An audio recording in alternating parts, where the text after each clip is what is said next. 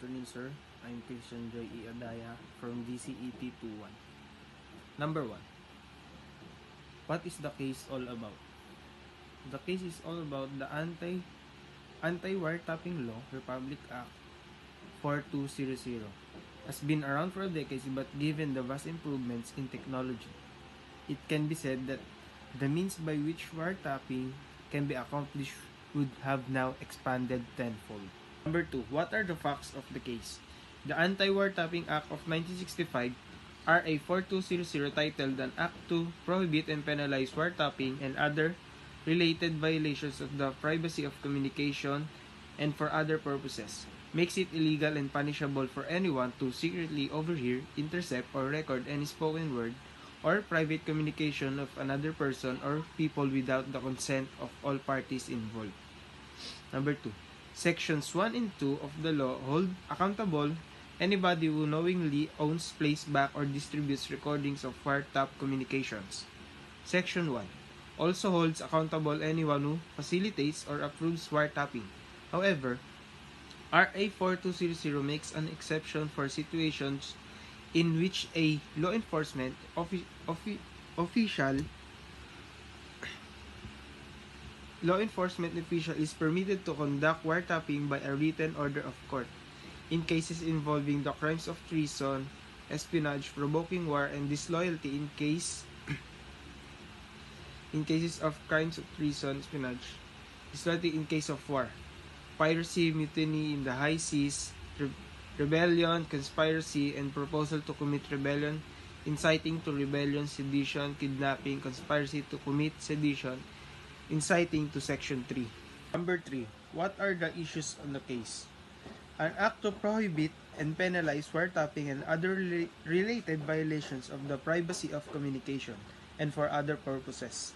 And any person who willfully or knowingly violates the prohibition herein prescribed or who aids, permits, or causes such violation shall, upon conviction, therefore, be punished by imprisonment of not less than 6 years but not more than 12 years and a fine of 1 million pesos, and with the accessory penalty of perpetual absolute disqualification from public office if the offender be a public official at the time of the commission of the offense provided that if the person who commits the violation is an alien, the person shall be subject to deportation proceedings after service of sentence. Number 4. What is the ruling of Supreme Court? An extension telephone cannot be grouped with the dictaphone or dictagraph or any other devices listed in Section 1 of RA 4200 because using one cannot be construed as tapping the wire or cable telephone line. Instead, using one requires either a physical interruption through a wiretap or purposeful installation of a device or arrangement in order to overhear, intercept, or record the spoken words. In this instance, the telephone extension was not set up for that use.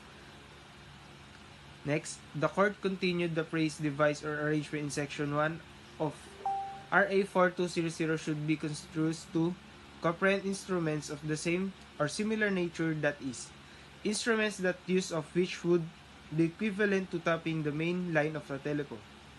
Although not exclusive to those enumerated therein, it refers to devices whose installation or existence cannot be assumed by the person or parties being overheard, since they are by their very nature not commonly used.